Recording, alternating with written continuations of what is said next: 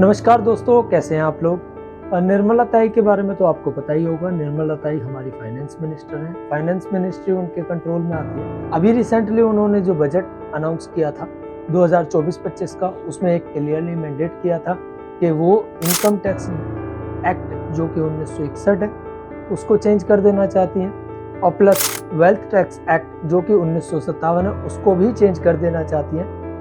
क्यों कर देना चाहती हैं, उसके बदले उन्होंने क्या तैयारी की है। हालांकि थोड़ा सा इंडिकेशन उन्होंने बताया था कि 6 मंथ के अंदर हम एक डायरेक्ट टैक्स कोड लेके आ जाएंगे, और डायरेक्ट टैक्स कोड क्या है उसकी ड्राफ्टिंग वैसे ऑलमोस्ट सारी की सारी हो चुकी है।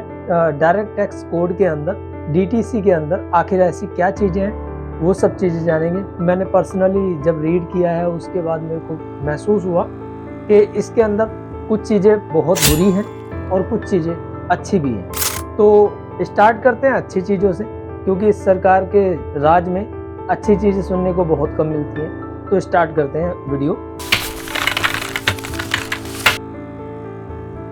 तो स्टार्टिंग में मैं आपको बता देना चाहता हूँ, अभी तक का जो इनकम टैक्स एक्ट है, जो इनकम टैक्स का प्रोसीजर है, उसके अंदर 3 चीज़ें आती हैं। पहला previous year, second financial year, third assessment year. अब सरकार का कहना है कि ये सारी चीज़ें गायब हो जानी चाहिए, सिर्फ और सिर्फ फाइनेंशियल ईयर रहना चाहिए, जो कि मेरे हिसाब से बहुत अच्छी चीज़ है। बहुत सारी कन्फ्यूज़न होती है असेसमेंट ईयर को लेके, प्रीवियस ईयर को लेके, वो सारी चीज़ें ख़त्म कर देना चाहते हैं। दूसरा उन्होंने प्रपोज़ किया है कि जो सैलरीड पर्सन है उनकी स्टैंडर्ड डिडक्शन 50,000 रुपये एज यू नो। अगर आपको नहीं पता है तो मेरी एक लास्ट वीडियो है इनकम टैक्स के ऊपर, आप वो जाकर देख सकते हैं। अभी तक जो स्टैंडर्ड डिडक्शन वो 50,000 है, उसको इंक्रीज करके सरकार कहती है कि 75,000 कर दीजिए। मेरे हिसाब से वो भी बहुत अच्छा डिसीजन है। एटलीस्ट मिडिल क्लास फैमिली के लिए 25,000 रुपये भी एक स्टैंडर्ड डिडक्शन के रूप में काफ़ी अच्छा अमाउंट रहेगा, तो ये भी बहुत अच्छा डिसीजन है। थर्ड, वो लोग चाहते हैं कि भाई रेसिडेंशियल स्टेटस सिर्फ 2 होने चाहिए, या तो एक इंडियन रेसिडेंस होगा या नॉन इंडियन रेसिडेंस होगा। यानी कि ऐसा कोई ऑप्शन नहीं कि भाई इंडियन तो है लेकिन ऑर्डिनरी इंडियन नहीं है। जो अभी तक ऑर्डिनरी रेसिडेंस का प्रोविज़न था उसको भी चेंज कर देना चाहते हैं। हालांकि मेरे को इसको रीड करने के बाद बहुत सारी चीज़ों में थोड़ा सा डाउट हुआ कि जैसे मर्चेंट नेवी के जो एम्प्लॉयज़ होते हैं उनका एटलीस्ट 6 महीने से ज़्यादा समय शिप पे गुजरता है, उनको किस तरह से ट्रीट करेंगी, ये थोड़ी सी कंट्रोवर्शियल बात हो सकती है। आने वाले समय में पता चलेगा कि इसको वो किस तरह से टैकल करेंगे। इसके बाद सरकार ने प्रपोज किया है कि जो अभी तक टैक्स ऑडिट सिर्फ सीए कर पाते थे, चार्टर्ड अकाउंटेंट कर पाते थे, बजट के बाद में सीएमए या फिर सीएस भी कर पाएंगे। तो उन बच्चों के लिए अच्छी न्यूज़ है जो स्टडी कर रहे हैं। उसके बाद अभी तक 2 तरीके की कंपनीज वर्क कर रही हैं इंडिया के अंदर, एक डोमेस्टिक कंपनीज, एक फॉरेन कंपनीज। दोनों के लिए अलग अलग टैक्स स्लैब है। सरकार चाहती है कि थोड़ा सा जो भी कंप्लायंसेस हैं वो सारे के सारे सिंपल हो जाएं, और इसी वजह से सरकार दोनों का जो टैक्स स्लैब रहेगा, चाहे वो कंपनी डोमेस्टिक कंपनी हो चाहे वो कंपनी फॉरेन कंपनी, सबके लिए टैक्स स्लैब एक ही रहेगा, एक ही तरह से कंप्लायंसेस फॉलो किए जाएंगे। ये मेरे हिसाब से बहुत अच्छा डिसीजन है। ये इस तरह के डिसीजन गवर्नमेंट को पहले से ले लेनी चाहिए। तो ये कुछ चीज़ें थी जो मेरे हिसाब से अच्छी थी, बहुत अच्छी थी। बल्कि दोस्तों ये तो थी वो चीज़ें जो अच्छी थी।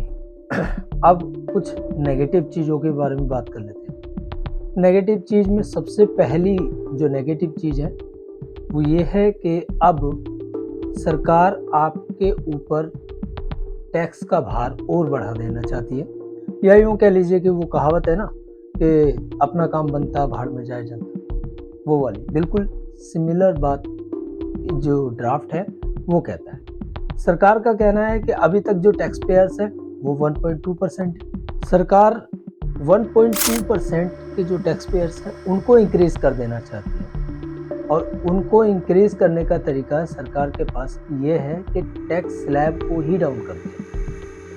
टैक्स स्लैब को डाउन कर दिया जाए, टैक्सेबल इनकम 2 लाख रुपए तक ले आए, तो टैक्स पेयर्स की जो संख्या है वो बढ़ जाएगी और tax payers up to 7.5 expected है, उनके अनुसार एक्सपेक्टेड है कि 7.5 तक हमारे हो जाएगी। सेकंड जो सबसे बड़ी चीज़ है वो है अभी तक कैपिटल जो इनकम टैक्स है उसके अंदर दो तरीके से इनकम कैलकुलेट की जाती है। एक जो आपकी नॉर्मल इनकम है, रेगुलर इनकम है, और एक जो भी एसेट आप सेल करते हैं उसके ऊपर या तो लॉन्ग टर्म कैपिटल गेन लगता है या फिर शॉर्ट टर्म कैपिटल गेन लगता है। आपने अगर कोई शेयर ले रखे हैं तो शेयर को ही सेल करने के बाद जो प्रॉफिट होगा वो या तो लॉन्ग टर्म कैपिटल गेन में आएगा या फिर शॉर्ट टर्म कैपिटल गेन में आएगा। तो सरकार अब आपका जो लॉन्ग टर्म कैपिटल गेन या शॉर्ट टर्म कैपिटल गेन है,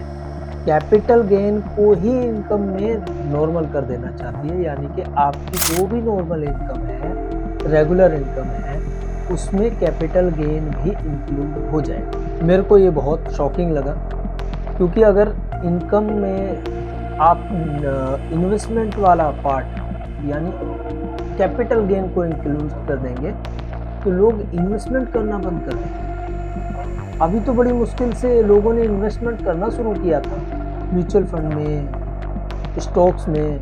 हाँ, शेयर मार्केट में एक चीज़ अच्छी हुई है कि एसटीटी हटा देने की बात कर रहे हैं, एसटीटी बिल्कुल ही ख़त्म हो जाएगा, but capital gain is a very big amount. सरकार को इसके बारे में सोचना चाहिए, या अगर ऐसी कोई चीज़ लेके आ रही है तो सरकार को पहले एजुकेट करना चाहिए, लोगों को बताना चाहिए कि हम ये चीज़ लेके आ रहे हैं, इसके एडवांटेज ये हैं, डिसएडवांटेज ये। दोस्तों मुझे नहीं पता आपको कैसा लग रहा होगा, बट आपका जो कैपिटल गेन है उसको एक नॉर्मल इनकम ट्रीट किया जाएगा, और नॉर्मल इनकम ट्रीट किया जाएगा तो आपका जो टैक्स स्लैब है, जो टैक्सेबल इनकम है, वो इंक्रीज हो जाएगी। इनकम टैक्स में अभी तक 5 हेड हैं जिनके अंदर आपकी इनकम को कैलकुलेट किया जाता है। उनमें भी कुछ चेंजेस करने के लिए प्रपोज किया गया है, और उसमें कुछ स्पेशल हेड भी ऐड किए जाएंगे और माइट भी कुछ हटा दिए जाए। वो सारी चीज़ें क्या होंगी, किस तरह से डायरेक्ट टैक्स कोड को फर्निश किया जाएगा, वो सब चीज़ें फाइनल बजट आने के बाद पता चलेगा। और क्योंकि स्टार्ट है तो डिस्प्यूट भी क्रिएट होंगे एज यूजुअल। जीएसटी के समय भी सरकार का कहना था कि जी हमने बहुत सिंपल किया है, बट जीएसटी के आने के बाद कितना सिंपल हुआ ये तो आपको अच्छी तरह पता होगा। इसके बाद ऑलमोस्ट सभी पेमेंट्स पे टीडीएस चार्ज हो, और ये किस तरह से करेंगे ये सब चीज़ें बजट में क्लियर होंगी।